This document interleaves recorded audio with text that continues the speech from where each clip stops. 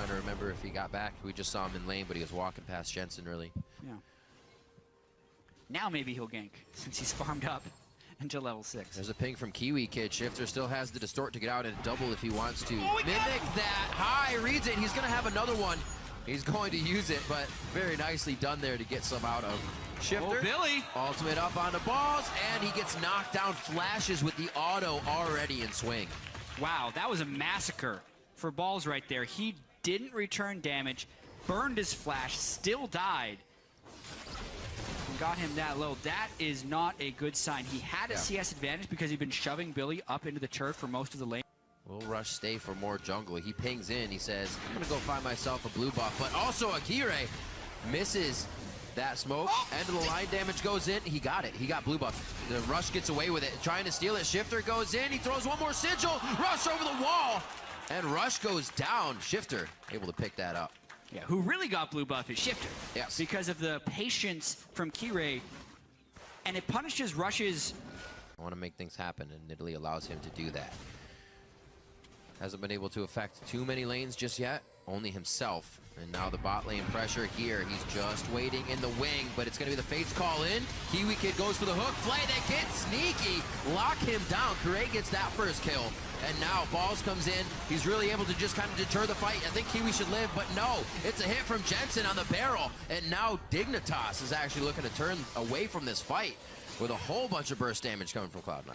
Double TP by Cloud9, which is why they're able to get more people down there. But now Shifter has joined the fray to attempt to defend this turret. It's a 5v5 extended in the bot lane.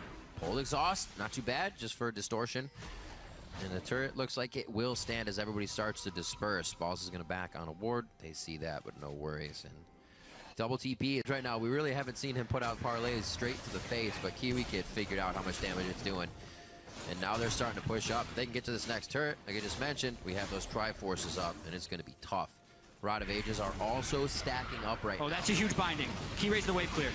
Oh, back. He's able to get out of it. Whoa, Billy Bob's going for Sneaky. It's Jensen Sneaky in a 2v1, and he is making it happen. Now it's a 3v1, and he may just be getting another kill on this. Doesn't have the range. No, he flashes in, gets the Hammer Shock down. Where's the next hit? Ultimate is already down for the previous play. Apollo over the wall now. They are not giving up on this. And as the 20-minute mark hits, looks like Dignitas can start running free. Yeah, they make a big play right there at the 20-minute mark. It all actually started when Kirei took the Dark Binding, but they were able to back him up. Graves tanky enough not to get bursted down, and Cloud9 actually overcommitted while trying to follow for the Dark Binding and gets punished with some deaths. So back and back go Dig towards their base. Cloud9 starting to move these wards up, been very methodical, but only just a few minutes ago we saw Billy Boss take control of this exact fight. Will they be able to do it again? Now it's Shifter over the wall. He goes back. He didn't find the correct target. Kirei gets hit, and he is marked, but they cannot follow. Rush Billy Boss behind him. Billy is back. He teleported right into the mid lane, and they go straight for Jensen. They take down that true damage. He gets the ultimate on 3 people, and it's a quick hit. Knocks him straight up into the air. The claw back for Balls. He tries to get into a good spot and delivers the pain back to Billy Boss. The scatter from Cloud9 has kind of got Dig every which way as well, but Cloud9 still has to be very careful. Nice decisiveness by Team Dignitas there. As soon as Cloud9 went to set up the siege, they forced the fight with the teleport in from the backside. Exactly what you want to do. They only get 2 kills though, so now the question will be how much ground can they take with all the low people of Cloud9 while they heal. That's why they were trying to make a move over to Baron, but they just do not have the tank presence to threaten enough of that. They do have the poke presence though. Oh! That's a heal, that's a shield, that's a sated Balls made it in as well. That's 1 ult. That's only 1 ult. That still leaves a lot of crowd control and catch up for the rest of the team. Balls could use the ultimate. No, it is down already. Billy Boss getting hit. He's marked, but it was already used by Rush. He cannot get in on that jump as it's down, and it looks like they will start to head up and get some vision over towards Baron, something they have a little bit of already, and they can utilize to really stretch Dig thin here. And they still have Billy Boss's teleport down, so they know they've sent him back to base. There are not many people who can stop this. It is Shifter and Kiwi Kid who are front line to try and stop this Baron that's now only at 3,000 health. Apollo's not going to be able to get that many Rens in, or Spears I should say. Oh, spooky ghosts. That's the slow they need. If he can hit it, it's going to give the speed to Rush. Fate's Call pulls him up. Death timers are much longer. Turrets can melt like paper to all this damage, and especially with the Baron on Cloud9, they can get this work done quickly. Team Dignitas needs to get in position to stop this push because they do not want their base to be in shambles. Everybody's coming out right now. Home guards are on. Kirei looking to deter to the right. Balls has Zanyas and Glacial Tome. Not the target they instantly want, but getting him to half before anything starts is still good. He goes right to the back line. They're going to be able to take down Shifter immediately. No summoners or ult even used for him. Rush claws down Apollo, and he's out of the fight. Kirei almost gets a spear, but it's going to be the red buff to burn him down. And Rush diving in for a triple kill. And guess what? They're dead for 45 seconds apiece. That was a 3 for 0. These are Baron minions. This is going to be the game, Riv. You said it may as well very be the game if they were able to get the fight, and it very well is the game. That's the second Nexus turret going down. It was a bit back and forth, but an even game overall. 9-9, and the last gold surge for Cloud9 puts them up about 8,000 gold, allowing them to take that Nexus. And did you know, the game, you're going to see pretty much all these caster minions getting denied by the fact that there's no good way for Solo to fight them. Yeah, you can queue up your riposte as you're queuing in there as Fiora, so when he has the ability. Rainover looking in. Red buff on, lands the auto attack for the slow, just hits Golden Glue in the back of the head, they chain stun him, and wow, he's already dead! He's already dead! Pobelter getting first blood before 3 minutes, and Rainover keeps the streak alive. Yep. Talking about going all in there, still getting experience here. He's relying on his flash cooldown. He's saying, you know what? If Reno's going to come, then I'll have to blow my flash, but at least I'll live. Pobelter does not dodge the spell. This is pretty dangerous. Grindy comes in, didn't get stunned though. Pobelter doesn't even burn the flash to stay alive. There's the Rainover kill, and Golden Glue can't get into Pobelter. He just saved the cooldown. Now Golden Glue in a bit of danger. He already got ulted. Barrel exposed, gonna come across. There's the Q. He heals up, but he can't get it. Oh, what a heartbreak. Pobelter. Oh, man. Knows what's up.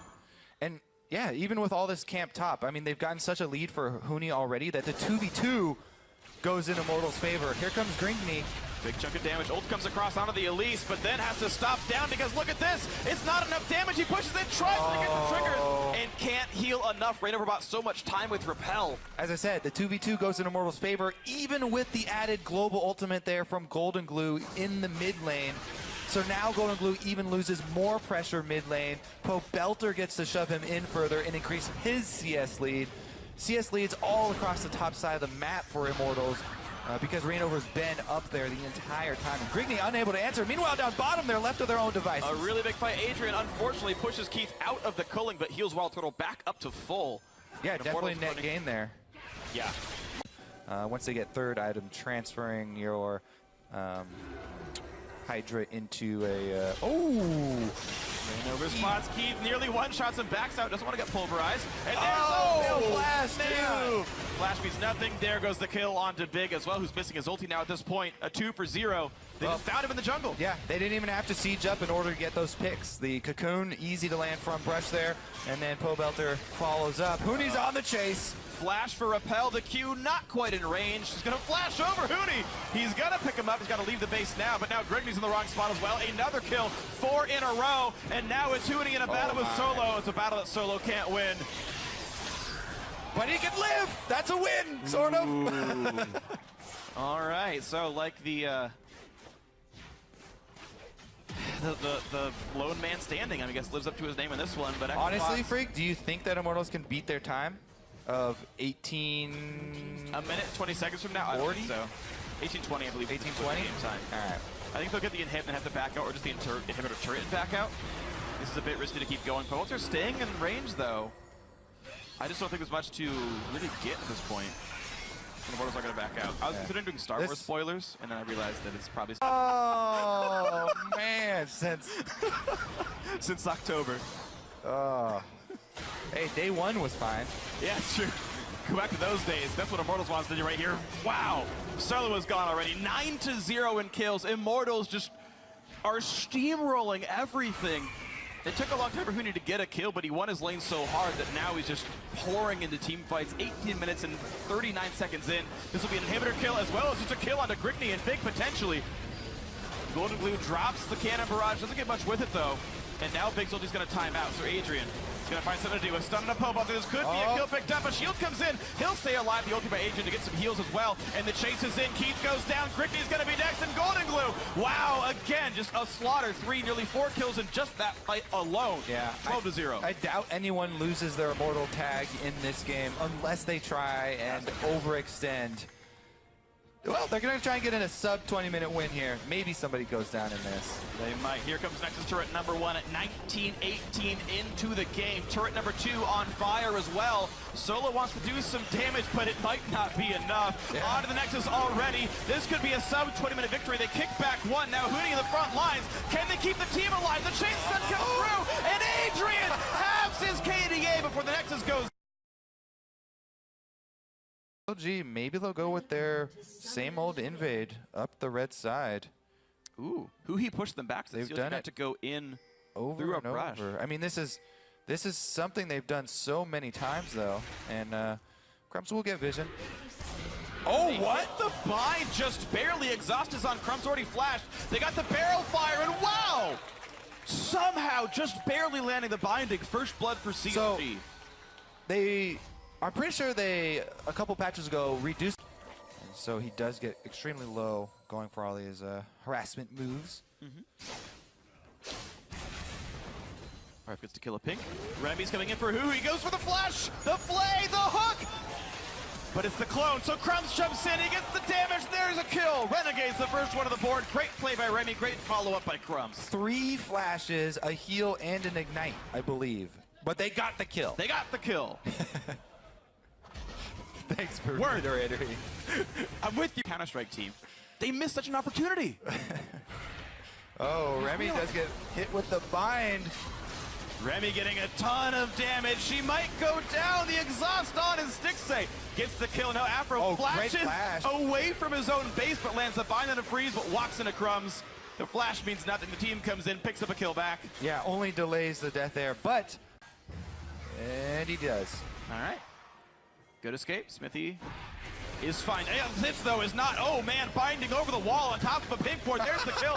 Darshan totally earned that kill. He saw they needed a little bit more damage there to secure that one. Just to make sure. I mean, if he flashed into a lantern... Binding was about to wear off. Yeah. I mean, he was rooted by the LeBlanc, but... Very well. Earned them a team fight victory. Gold still extremely close. 4 points in traps. Stixxay can easily set up a whole bunch of pressure. Darshan getting jumped on by Crumbs, gets away, but a flash flay by Remy tries to set up the fight. There is the jump in from RF Legendary. He flashed in, popped the zonies, but gets pushed out anyway. Crumbs is low. Smithy's forced to run. After the front lines, a flash engaged by Smithy, and it picks up Alex Sitch. The Huhi clone just absorbing attacks for now. A 1-0. Why they want Smithy on a Cinderhulk jungler. Rek'Sai, who was able to take a bunch of damage, then re-engage there. Good job by Smithy biding his time, using the flash to go in on Alex. 4-2 in kills. Everyone's quite low. Smithy spotted by a ward, but still could look for the turret flank. This will not happen, though, when Renegades successfully defend their mid lane outer turret. Out they go. 700 gold down. All said and done. 1 kill. There's exactly what we're talking about. Line up the barrel chain. Even though RF goes all in, gets the flash off, barrel chain slows and damages the back line.